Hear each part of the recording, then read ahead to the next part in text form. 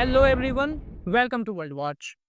Alaska summit के fail होने के बाद एक बार फिर से यूएस ने इंडिया को टारगेट करना शुरू किया है। रिसेंटली डोनाल्ड ट्रंप के ट्रेड एडवाइजर पीटर नेवरो की स्टेटमेंट आई कि अगर इंडिया को यूएस का ट्रस्टेड पार्टनर बनना है तो सबसे पहले इंडिया को रशिया से ऑयल इंपोर्ट करना बंद करना होगा। अगर यही बात है तो इंडिया भी यूएस से कह सकता है कि अगर यूएस को इंडिया का ट्रस्टेड पार्टनर बनना है तो सबसे पहले पाकिस्तान के साथ यूएस को अपने रिलेशंस खत्म करने होंगे। लेकिन सबसे इम्पॉर्टेंट है कि एक बार के लिए जियोपॉलिटिक्स को एंड इंडिया रशिया के जो हिस्टोरिक रिलेशंस हैं इनको साइड में रख के सिर्फ इकोनॉमिक पॉइंट ऑफ व्यू से ये देखना कि क्या रशियन क्रूड ऑयल को परचेस करना इंडियन इकोनॉमी के लिए फायदेमंद है भी या नहीं। नाउ ये आपके सामने ये एक स्लाइड है जिसमें इंडियन क्रूड ऑयल इंपोर्ट का डेटा दिया गया है फॉर द फाइनेंशियल ईयर 2022-23 और 23-24। सबसे पहले बात करेंगे 2022-23 का।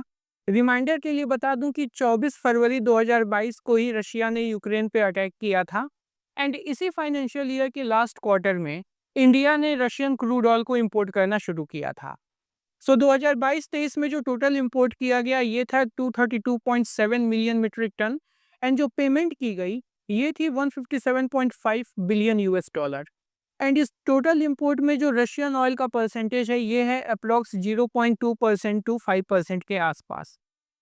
वेयर एज अगर 2023-24 का डेटा देखें तो इस बार जो टोटल इंपोर्ट किया गया था ये था 232.7 मिलियन मीट्रिक टन एंड जो पेमेंट की गई ये थी 132.4 बिलियन यूएस डॉलर। एंड इस बार जो रशियन ऑयल का परसेंटेज है ये है अराउंड 36%। अब अगर दोनों डेटा को हम कंपेयर करें तो दोनों फाइनेंशियल ईयर में जो ऑयल की क्वांटिटी परचेज की गई है ये लगभग सेम है।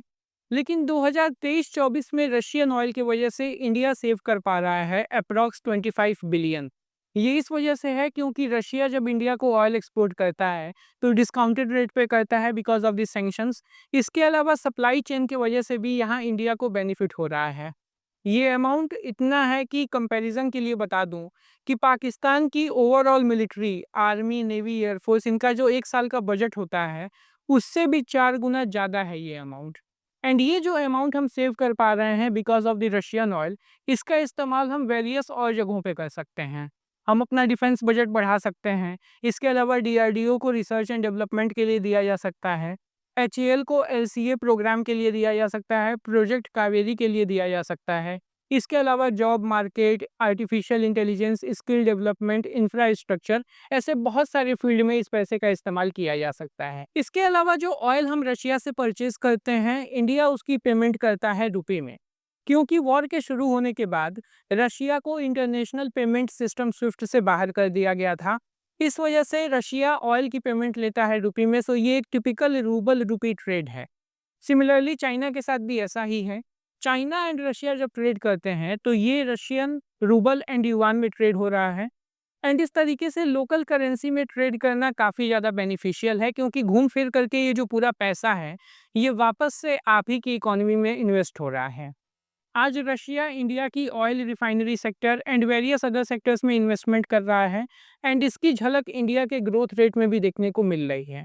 एंड यही रीज़न है कि ब्राज़ील के प्रेसिडेंट लूला डा सिल्वा लगातार कह रहे हैं कि ब्रिक्स देशों को अब अपनी अलग करेंसी लॉन्च कर देनी चाहिए एंड सभी ब्रिक्स कंट्रीज़ इसी करेंसी में ट्रेड करें।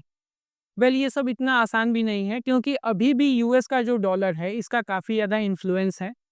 कंट्रीज जो अपना फॉरेन एक्सचेंज मैनेज करती हैं इसमें अभी भी 53% के आसपास यूएस डॉलर का स्टेक है। लेकिन धीरे धीरे करके हम इस चीज़ को बदल सकते हैं एंड ये बहुत ज़्यादा ज़रूरी भी है क्योंकि जिस तरीके से रिसेंट टाइम्स में यूएस एंड डोनाल्ड ट्रंप ने इंडिया को एक सॉफ्ट टारगेट समझ के अटैक किया है, इंडिया की ग्रोथ को टारगेट करने की कोशिश की है ताकि इंडिया की जो ओवरऑल ग्रोथ है इसको कम किया जा सके।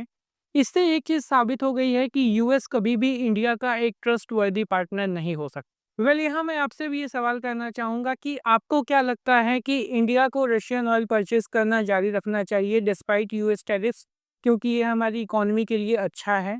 एंड फ्यूचर में जब कभी भी ब्रिक्स की अपनी करेंसी लॉन्च होगी तो इंडिया को भी फुल सपोर्ट अपना एक्सटेंड करना चाहिए ब्रिक्स करेंसी के लिए।